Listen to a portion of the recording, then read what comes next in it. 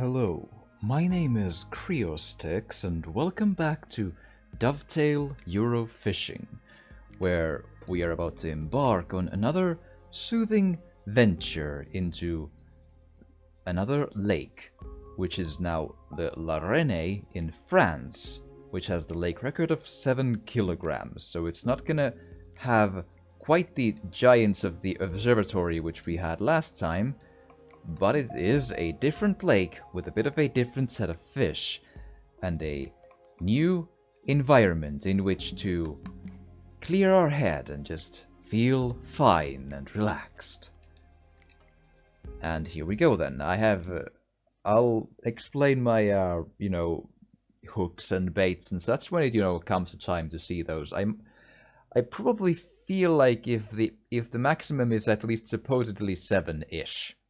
The last lake record was a lie, the 14 in the observatory, so I don't know if there is actually a 7-kilogram fish here, maybe there is, but that means that the absolute biggest hooks will probably not get fish. I need to go medium-ish, I feel. And it's a Doughnut lake, as you may see here, and we choose the upper right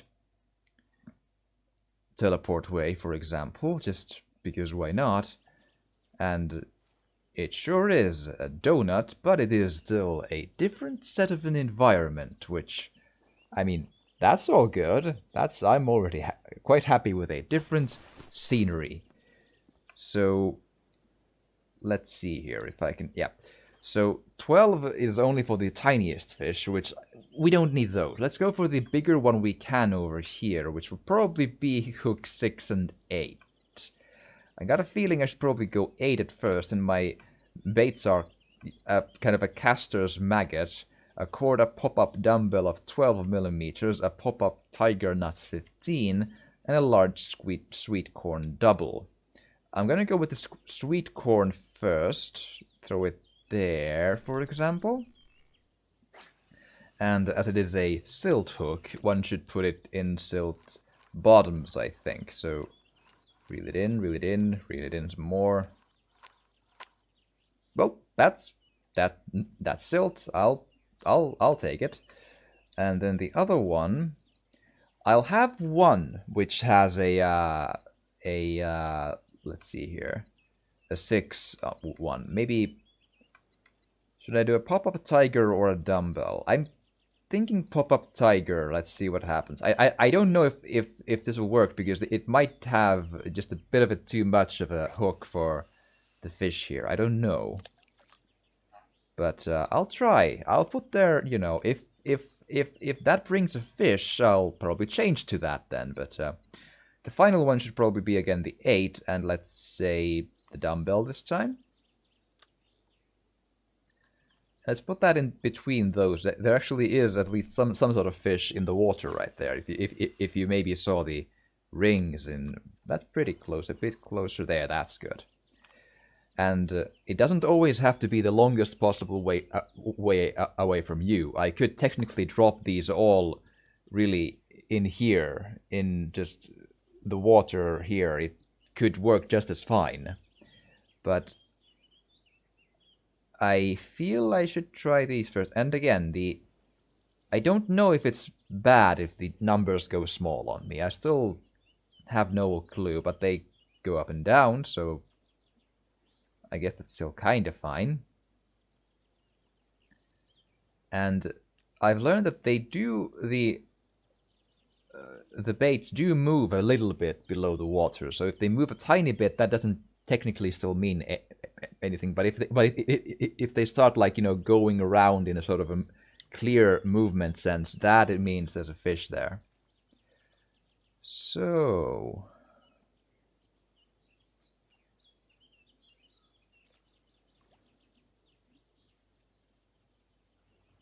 I do wonder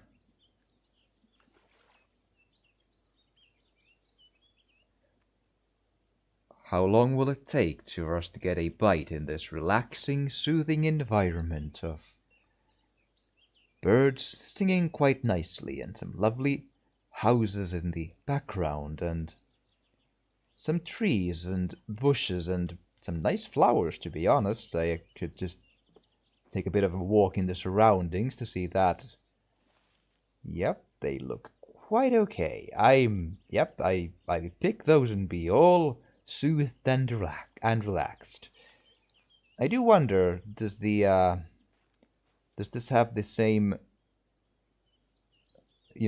don't do this stuff things here? Yeah, it does. The running, birthday cakes, and fishing. And we have a nice bench over here, which is always nice to have.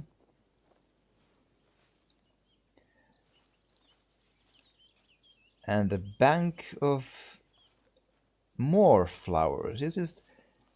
It's good to take a bit of a gander. Oh, that's a bit of a too far away.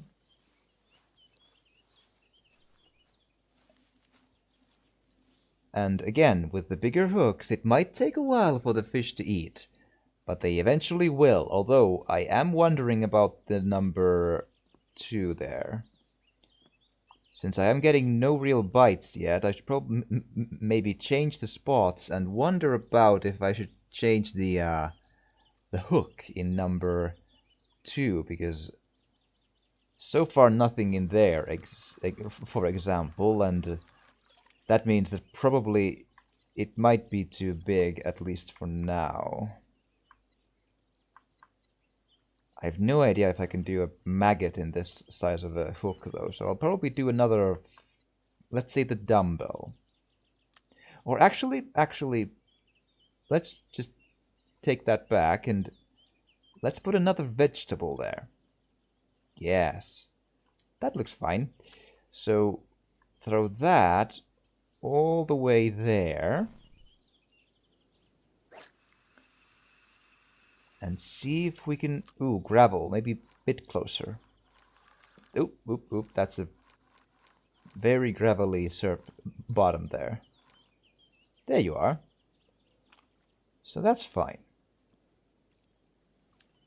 And now we wait. Oh, that has gone into the gravel as well. Put it a bit closer to here so we can have it on silt. I wonder if this has the same problem. No, it doesn't. It's still in the correct place.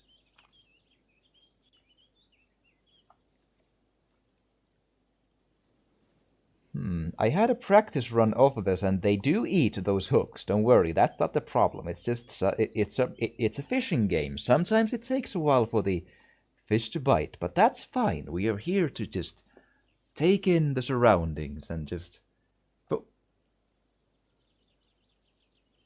Ooh, we have something. We have a fish, ladies and gentlemen.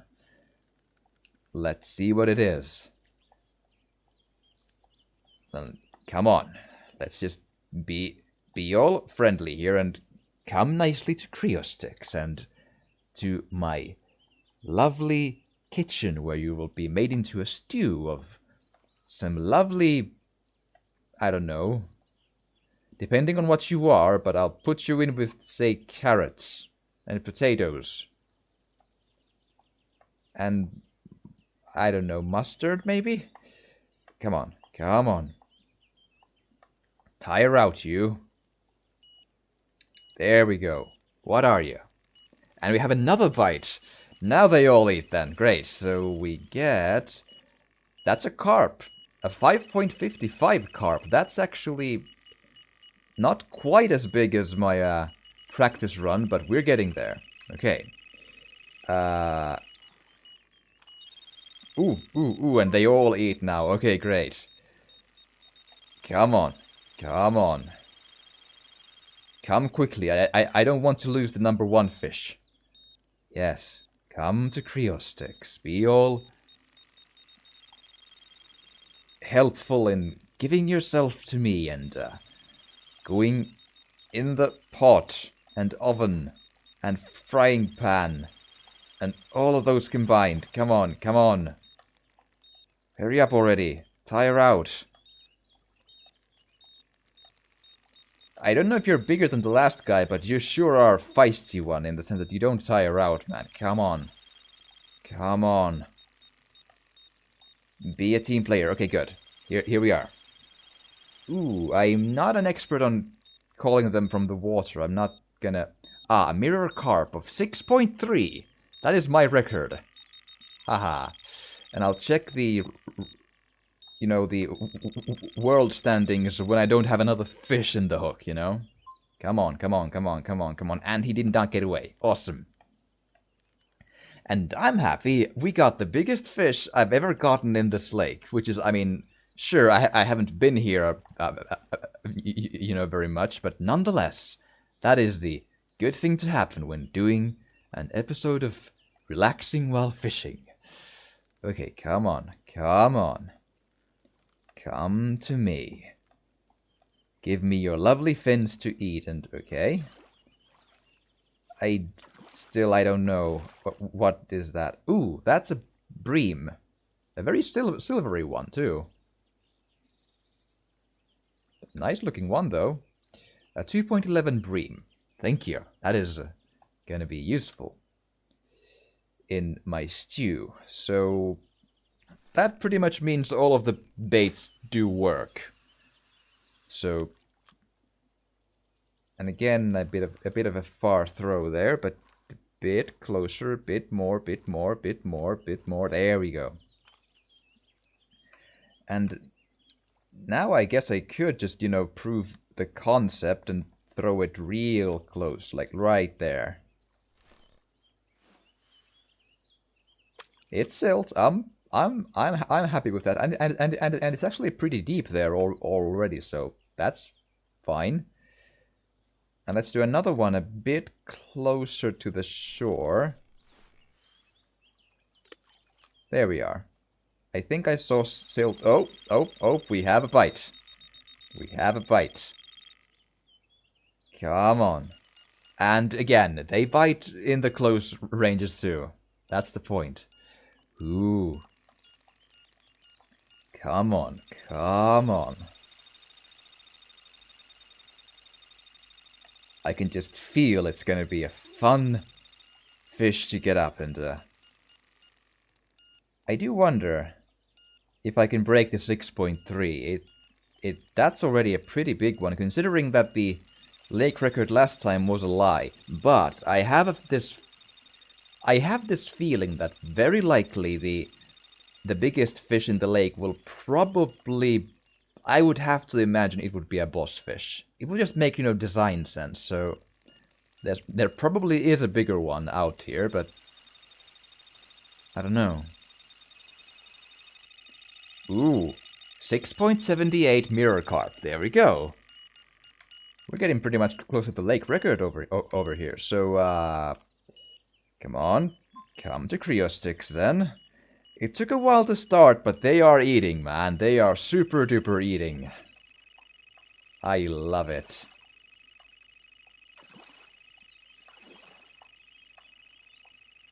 Now that we have reached the eating phase, I do wonder if there is big enough fish to take the number 6 hook. I do wonder.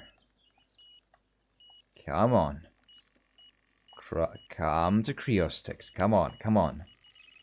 There's someone in line after you. I don't have all day. Be a team player here. Come on, come on. You can do it. You can do it. Just come to me and to my net. Here we go. Ooh, from the color my idea says it might be a tench, but no promises. It's not. It's a mirror carp. 611, all above 6. I'm kind of happy with that. Awesome. You're going far. You went 31 yards away.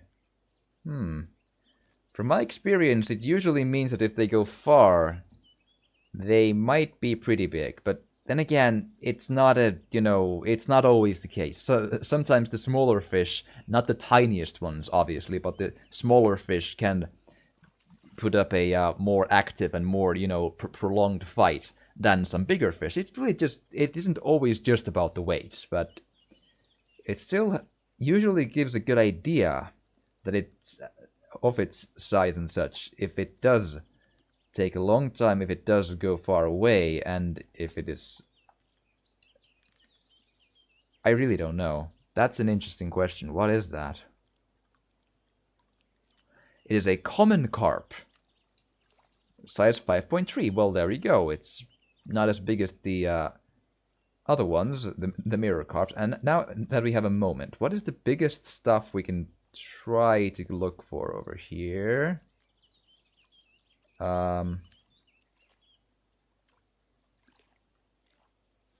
Wait a second. So my amount was...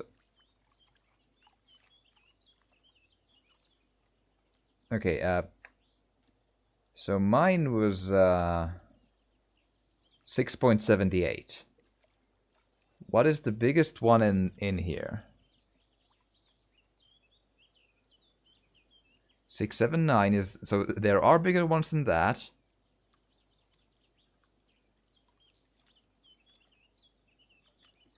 Ooh, we are very close to the biggest one, so probably I should stay with these hooks, because the size range is the correct one, so... But that means that the close range throw very much works. Ah, good enough. And we throw the other one, like, right in my feet. I just want to prove the point that even at the very feet, it'll still work. Let's put it back even, like into 3 meters. Yeah, that is a spot where it's gonna be interesting. Come on, just, you know, there. It's just interesting to see, you know, these funny throws and see how they fare, because you don't need to be super far away at all, as we've all already seen, and it's kind of fun to do these trick throws right in front of me and see what happens. So, actually, I was kind of reminded of a fishing story. I actually don't know what the fish is called in English. It's a kuha in Finnish, but when I was a kid, we used to go fishing with the family and such, and I believe it was actually in it was the sea where we were, not the in the open water ocean kind of a sea, but just off the coast with or actually, don't quote me on that. Now I'm no longer sure. Oh, I'll come back to that in just a second and get this fish up from the lake. But yeah, that's kind of awesome. We are 2 grams, or well, actually 20 grams away from the sharing the world record from this lake with the rest of the world. That's pretty awesome. But I'm just gonna get these fish. The other one went again too, which is, I mean, that's good though. It's an action-packed, relaxing fishing session again. It started off a bit slow, but we got here. We absolutely got here, and it's a bream, a 2.2 bream. There we go. And then we take. There we are. And it didn't get away. So, come on. Are you a bream too, or a carp, or maybe a tench? The one thing you're probably not is a roach. I have never ever seen in any of my practice runs or playing or anything a roach bigger than, I think, 1.55. I'm sure they're still bigger in the game, but I doubt that they reach much more than that. So, and that's probably too small of a fish for this kind of bait, or the hook, I mean. So, okay, what are ya? Ooh, a common carp, I think. A nice color though, a dark, an edgelord common carp. Yes, a dark silver. Yep, 4.18. That is just fine. Okay, and this time we'll throw them far away to the left. Over there. or at least this one. There we go.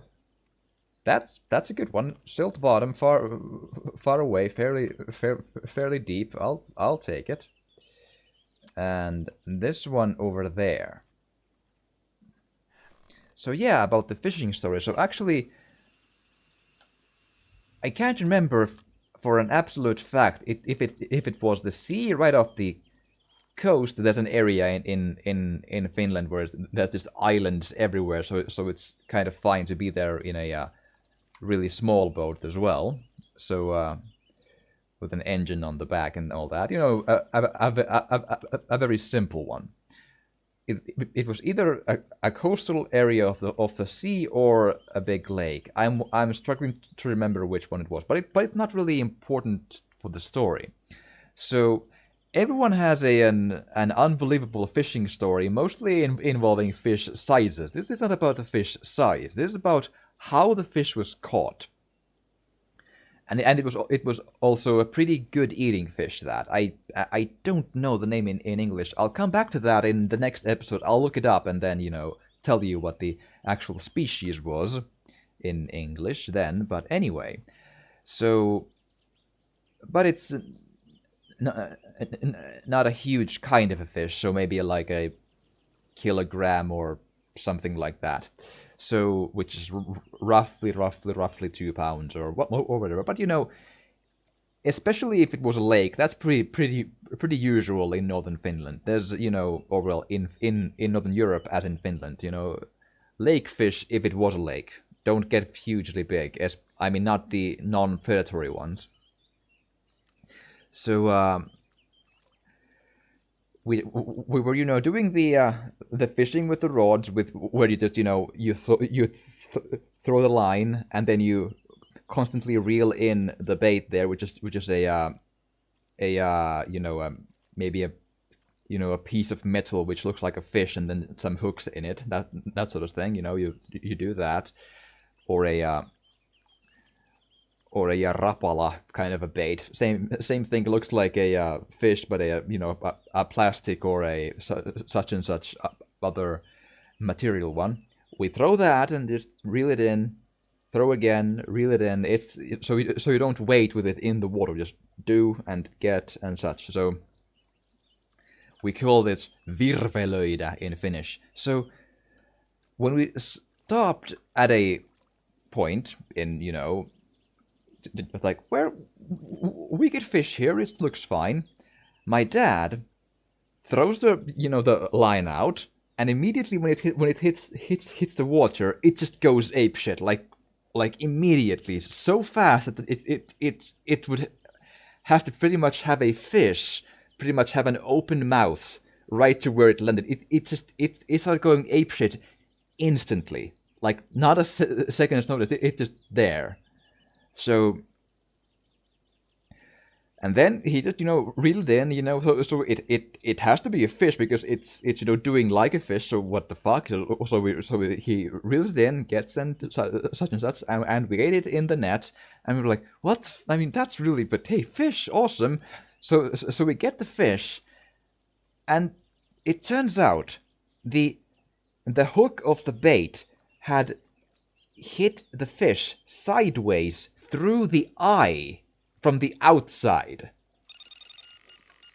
So that means the fish was just there minding its own business, and then the hook of the bait just landed straight from the water right to him, grabbed it by the eye, and it wasn't probably going for it to eat it. It just, you know, comes boom straight to the eye, and then we got it. I mean, how much of a 1 in a billion trillion zillion shot is that? You throw the bait, you immediately hit the eye of a fish, and then you get the fish up. That was like, what the fuck, man? That is one of the unbelievable, but I promise you that is true. That is absolutely a fact. It happened, and I was a really small child back then, maybe I don't know, at most like 6 or 7 years old, maybe even 5, I don't know. So I was small, but it was so unbelievable that, I mean, that sort of stuff you don't forget. Whoa. I mean, how impossible is that? To hit the eye just of a fish, of a fish that's just minding its own business. Like, what the fuck? Oh, man. Okay, but we got a fish while we were talking here, which is always nice. I believe it was a common carp, not a huge one, but still a common carp with some kilograms on it. So, let's throw a third one there, also in the silt. And now that we have gotten this far, I got this feeling that the next fish will probably be the crunch fish, unless we get multiples in the same, moment. But I got a feeling the next fish will be the one that calls this episode. So let's see if it will be big. I do hope so. But that's still pretty awesome. On the, oh, I see the movement. Number 3. Yep, number 3. Okay, the crunch fish. Unless the 1 and 2 start, well, they did. So if the 1 doesn't get away, I'll get that one too. Okay.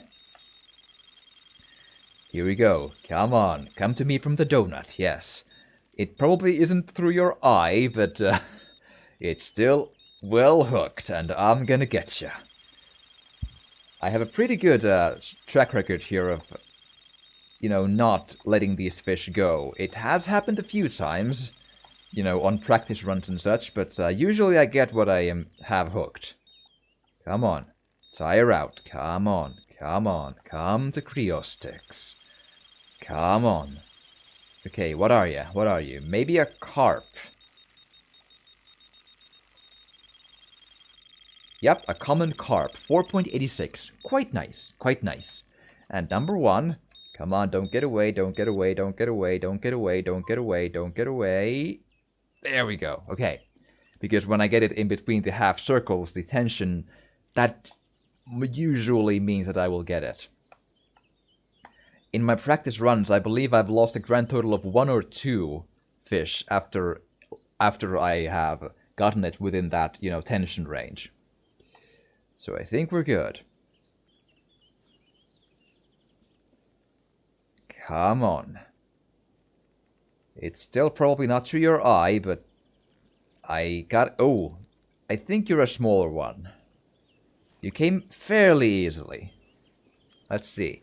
Ooh, it is a bream, and therefore probably a small one. 1.8, 2 point something. That sort of stuff. 2.02, bream. Awesome. So, with that, I am all out of time for this episode, and on the next episode, we will probably be in the next lake, or the next, fishing place. I think the Doughnut is a, it's gonna look very similar in every area, because it's the same kind of a donut, you see. So, I mean, we've now kind of seen it, and we've gotten pretty much almost the biggest fish we can by 20 grams out. That's so awesome. But I do hope you've enjoyed this, and it has been relaxing. So, if you have liked this, please do drop a like indeed, or a comment, or even subscribe or share if you want to. It will really, really help, and thank you so much for watching, and I will see you again next time.